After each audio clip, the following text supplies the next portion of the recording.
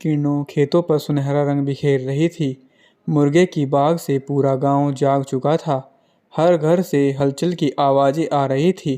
कहीं कोई चूल्हा जल रहा था, कहीं कोई अपने बैल तैयार कर रहा था।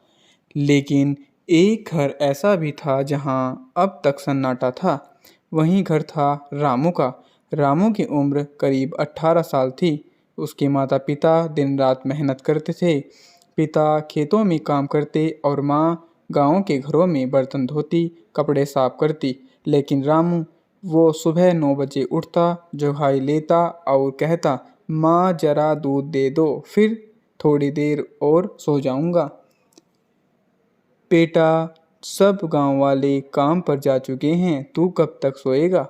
देर तेरे बापू भी खेत चले गए। रामू बोला आलस्य से। अरे माँ, जब तक पेट में अन्न है चिंता क्यों करनी है? काम तो जिंदगी भर करना ही है। अभी थोड़ा मजे कर लेने दो। माँ कुछ नहीं बोली, बस एक लंबी सांस ली, क्योंकि उसे पता था यह लड़का अभी नहीं सुधरेगा।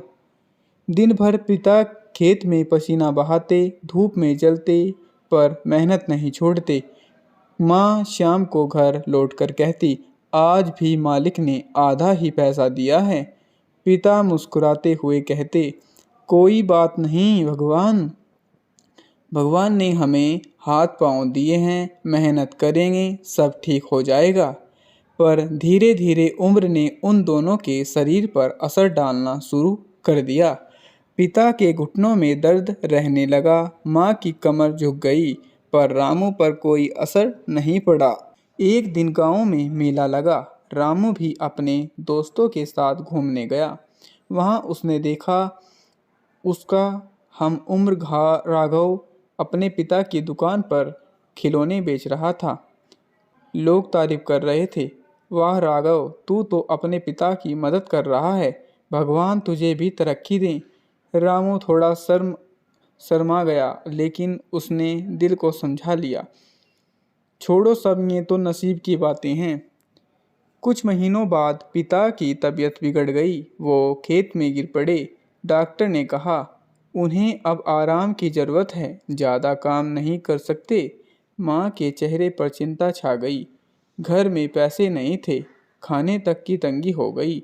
एक रात जब सो रहे थे, माँ चुपके से भागकर आई और भगवान के चरणों पर गिर गई। हे भगवान, मेरे बेटे को समझा दो, इसका क्या होगा? रामू ने वो सब सुन लिया।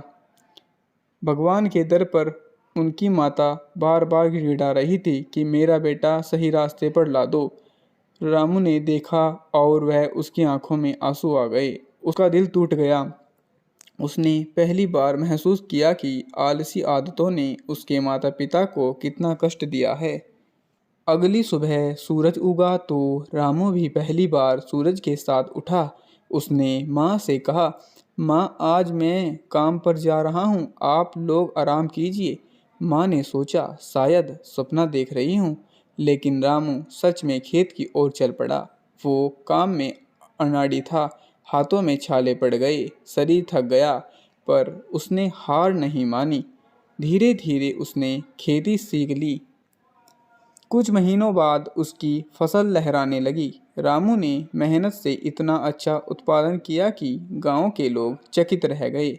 लोग कहने लगते, रामू अब बदल गया है, देखो इसकी मेहनत का नतीजा। माँ की आंखों से खुशी के आंसू निकल आए। पिता गर्व से बोले, हमारा बेटा अब सच्चा आदमी बन गया है। रामू ने मेहनत से अपने घर की हालत बदल दी। उसने खेत बढ़ाए, एक छोटी दुकान खोली। अब वो रोज माँ बाप के साथ बैठकर खाना खाता। माँ, अगर आपने मुझे समझाया न होता तो मैं आज भी वही आलसी रामू होता। माँ मुस्कुराई और बोली, बेटा देर से सही, पर तूने समझ लिया। जो आज मेहनत से भागता है, कल वो पछतावे के सिवा कुछ नहीं पाता। माता पिता का कहना मानना चाहिए, क्योंकि अनुभव तुम्हारे सबसे बड़ा खजाना है। ऐसी ही मोरल कहानी देखने के लिए हमारे चैनल को लाइक सब्सक्राइब कर लीजिए।